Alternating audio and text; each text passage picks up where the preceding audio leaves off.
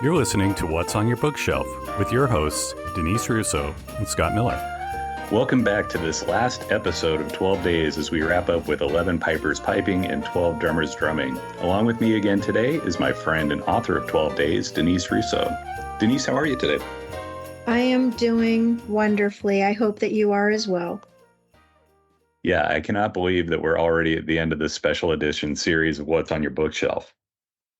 It has gone by so fast, Scott, and I can't even believe that we're right around the corner to having not only the Christmas holiday, but another year has zipped by. I still don't even think I'm writing 2023 on documents. And so to know that just around the bend is 2024, I don't know about you, but this year went by really fast for me. It really did. It flew right on by. I can't believe how fast this series has gone, too. And I'm so honored that you asked me to help you host this series. And what a great read it's been again for me in my preparation for the holiday season. And I can't wait to start reading this again on Christmas Day with a new perspective after going through this book again with you.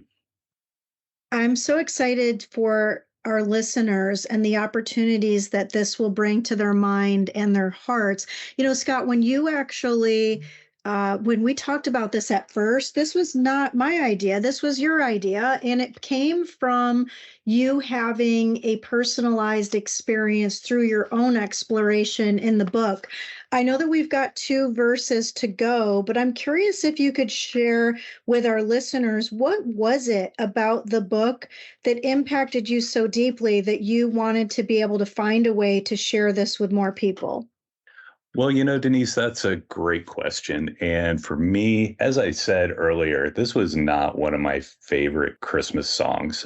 It was one of those things where I would hear this song and it was like, oh, it's like 99 bottles of beer on the wall. You know, it was just, I'd had enough of this already before it starts. And it's like, okay, we're going to go through this whole piece. And when I read this book, I gave it a chance and I read the book and it gave me a new perspective on every single verse of this song. And I was just blown away by this. And so for me, I was like, this is going to be the Christmas gift for everybody on my list last year.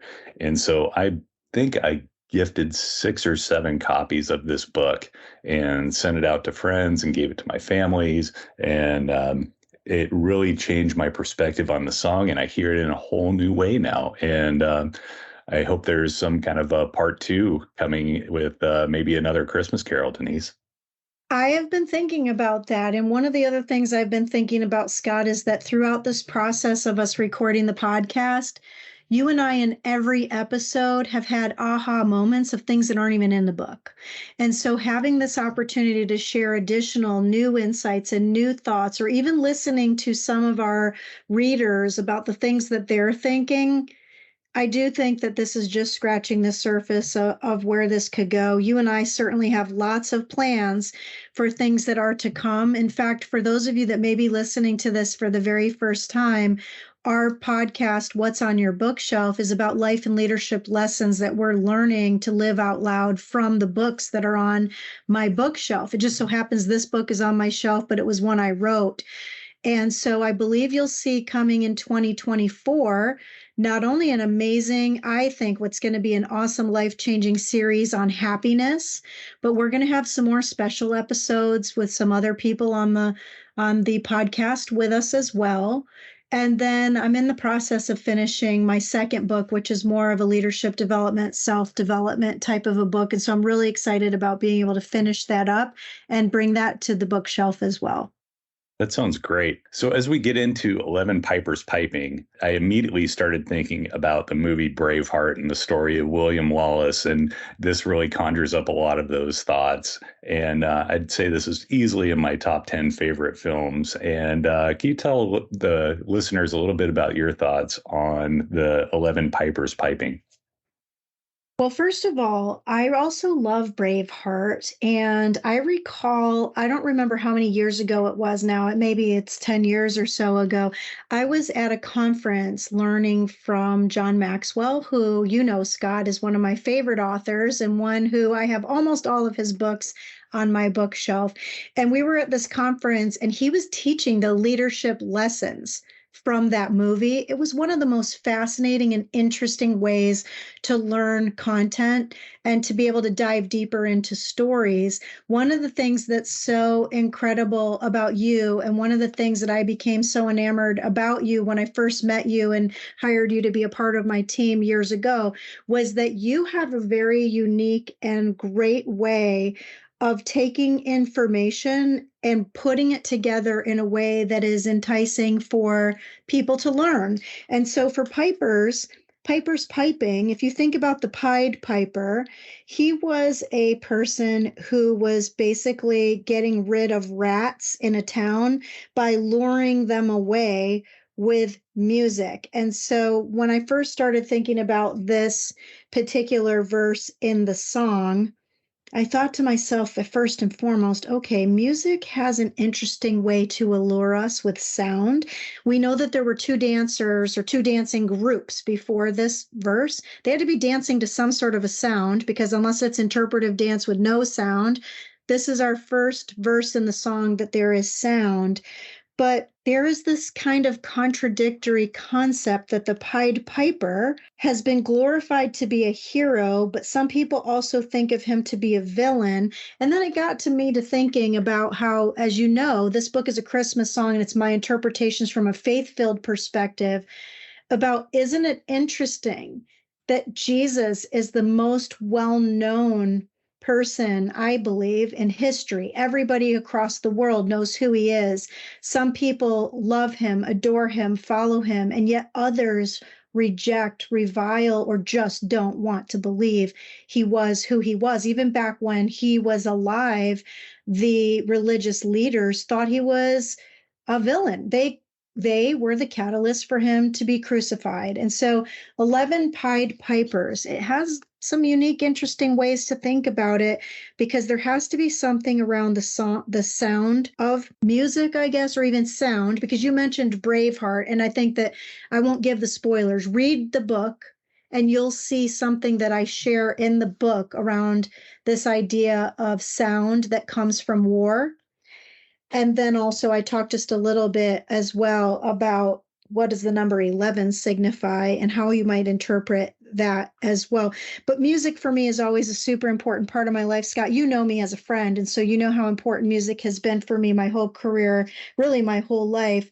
And music is that one universal language. It's a foreign language, but it's one where we can all come together and express different kinds of emotions. And so I'm excited about this chapter because this is a song. And to your point, I wasn't a big fan of the song, The 12 Days of Christmas, but this verse being around how music can change our hearts and minds and make us think about things in different ways was super important to me.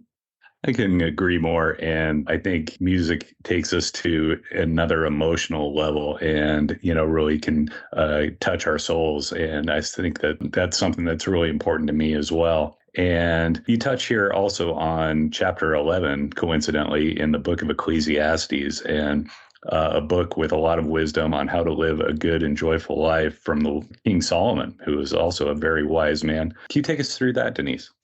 Sure. So King Solomon is an interesting character because he's thought to have been not only the wisest man to ever live, but also the wealthiest person. Even to this day, they have predicted that he was the wealthiest person to have ever lived. He's a central biblical figure, and so he is in the Old Testament.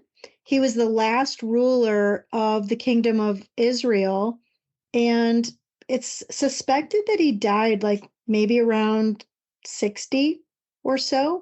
He had a lot of wives, which was common back in those days.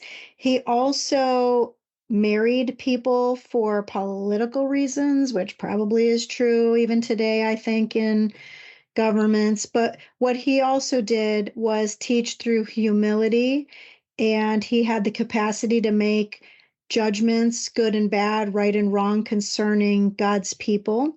And so in Ecclesiastes, which is a beautiful book about love, basically, he says 11 things or he wrote about 11 things, and he was a writer, so he was an author. He gives this good advice. And in the book, I outline what some of those 11 things are. I wonder, Scott, if you're looking at your copy of 12 Days, what would you say of the 11 is one that stands out for you? And maybe I'll share one of the 11 that stands out for me. And these come from the book of Ecclesiastes. So even if you don't have a copy of my book, 12 Days, you can read these 11 things about King Solomon's advice in the book of Ecclesiastes in the Bible, which you can access online for free. I use the YouVersion app, which is a great app because you can get different versions of the Bible there as well. Yeah, one thing that I really took away from this was even with all of his wealth, everything that he had, he still said that all is vanity. And he realized that life was fleeting. And what really mattered to him was his relationship with God. And, you think about this, even today, I mean, how many times do you see some super rich celebrity who may have everything, but, they still struggle with relationship problems or substance abuse or something like that, where with everything material in the world, there's still something lacking, and it's that lack of joy. And, I really think that the money can't buy happiness really is emphasized here by King Solomon and what he's saying here. Absolutely. And next year in 2024, probably around, I'm going to guess, Scott, mid-January, you'd have to tell me because you're producing all the episodes.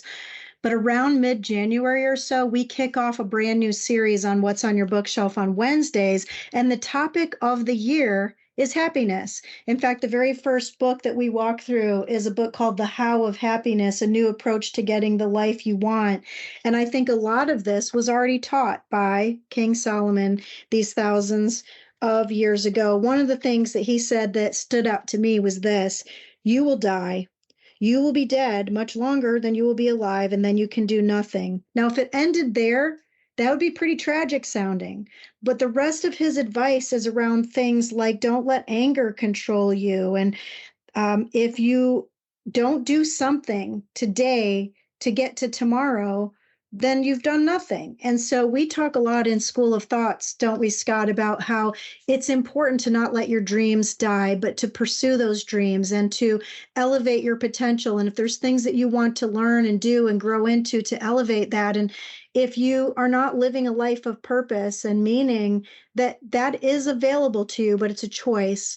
And it's a choice that sometimes isn't always easy, but it's a choice that's the most important. And so King Solomon really was the wisest by being able to teach us all of these things, like doing good in places, no matter where you go, invest in different things, and just making sure that you show gratitude and that you, even in little things in life, whether it's the way the wind blows or a bird chirps or just the weather and the sun kissing your skin, these are things that are so important to just recognize the blessing that we have to just be alive for the moments in time that God gifts that to us while we're here on earth.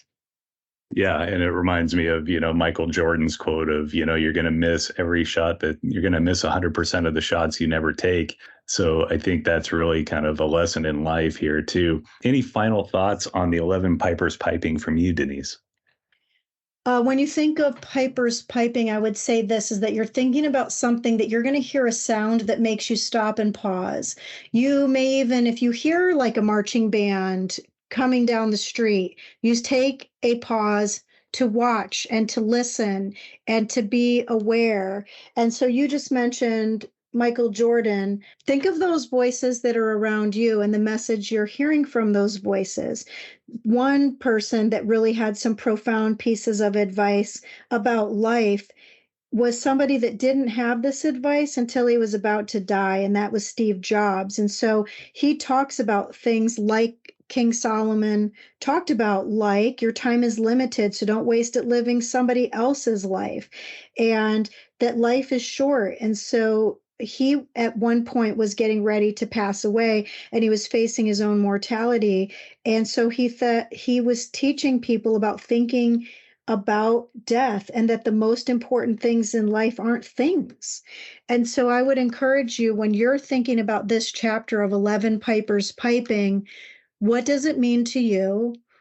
What sounds are you hearing? What sounds are you not hearing? What sounds do you want to be hearing? Sometimes God comes to us in whispers and it's really hard to hear.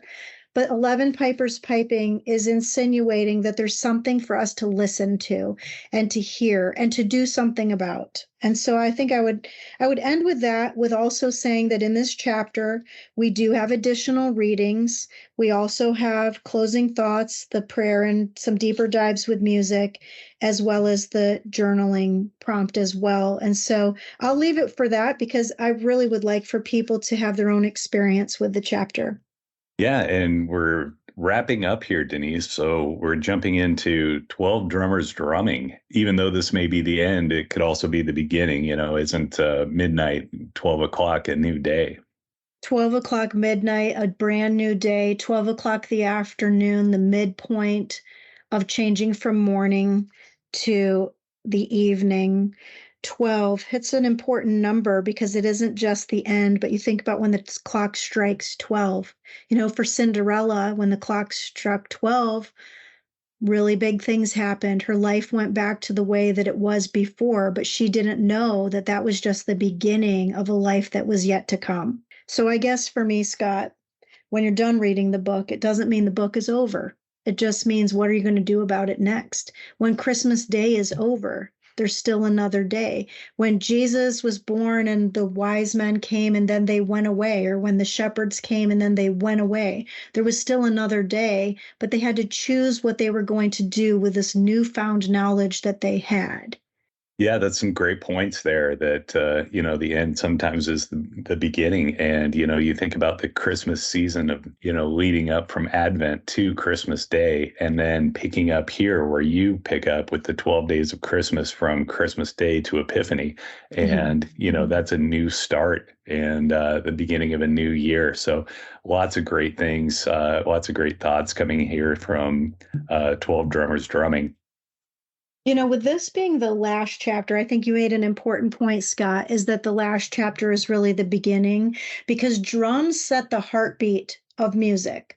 I have a lot of friends who are drummers. Some of them are very famous drummers, and their purpose in music is to set the foundation for the overall sound of music. But drums were also used in war times or with tribes to signal information, whether it was meetings or dangers or events or what have you. And so drums have a really significant and important part in culture. They unite us. There's a beat. If you think about drums, if you just think about one drum doesn't have different sound. I mean, I guess you could make it sort of sound differently depending on how you tap on the drum.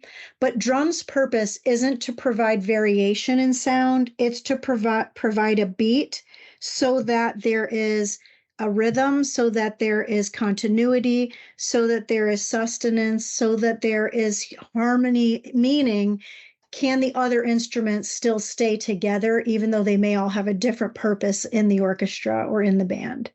Yeah, I love that thought. And it reminds me of this street busker I recently saw not too long ago. And he had a looping pedal. And so the way he would start is by tapping on his guitar, and he would lay down that beat first.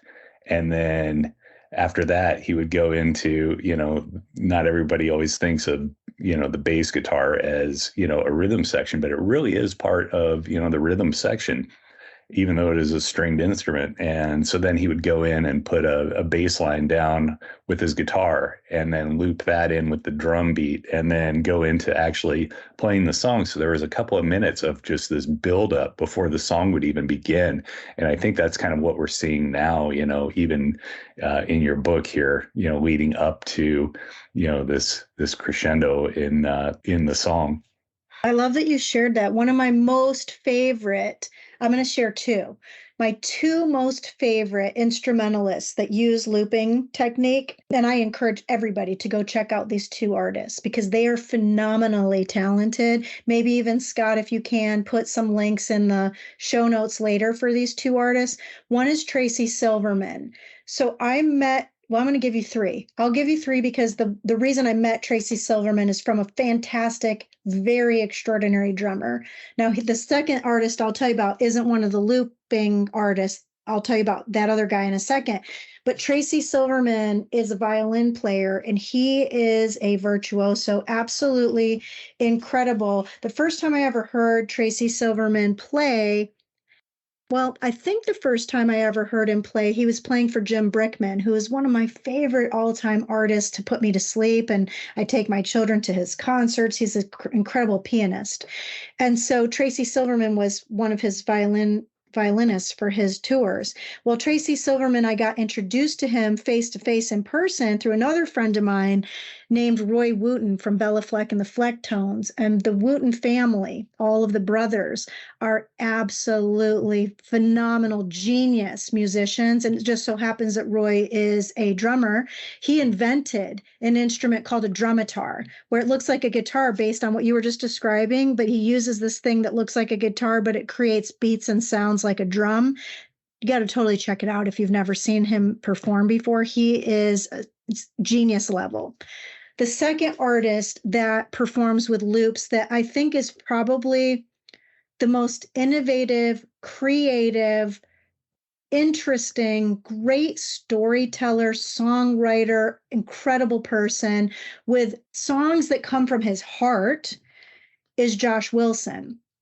And so he has a Christmas song, actually. He has a lot of songs out. So maybe, Scott, we find one where he's doing the loop on YouTube or something so people can see what this is, but where he sounds like he's an entire orchestration, but it's just him.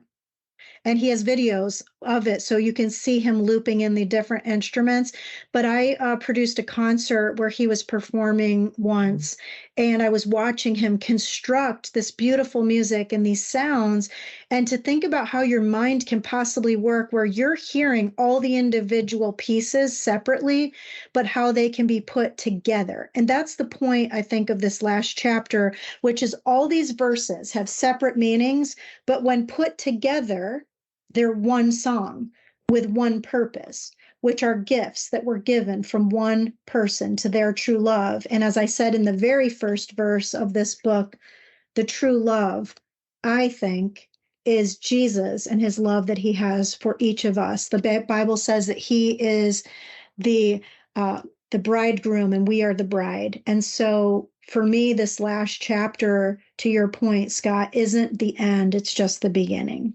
Yeah, it's such a cool thought, Denise, and a lot of really interesting things that come out of that as well, with the finality and also the beginning. And one thing that I learned through reading your book was a lot about biblical numerology, and I don't know if that's the correct term or not, but one thing I did learn about 12 is 12 represents completeness. And you think about like 12 months in a year and 12 hours on a clock and the 12 disciples, just to name a few. You give us some other examples about completeness in your book. Can you talk a little bit more about that as well?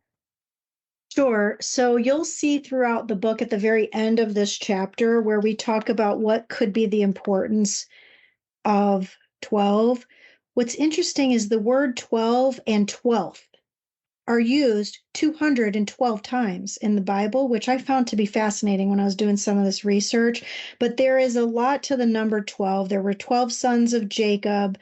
And actually, I'm going through my own study right now on Jacob and his life from the Old Testament, struggling through some of it because I'm not really sure I feel very happy about some decisions that he made, but we're all humans and flawed, and thank God for his grace for us every day. But there were 12 sons of Jacob, and that became the lineage to Jesus. There were 12 tribes of Israel.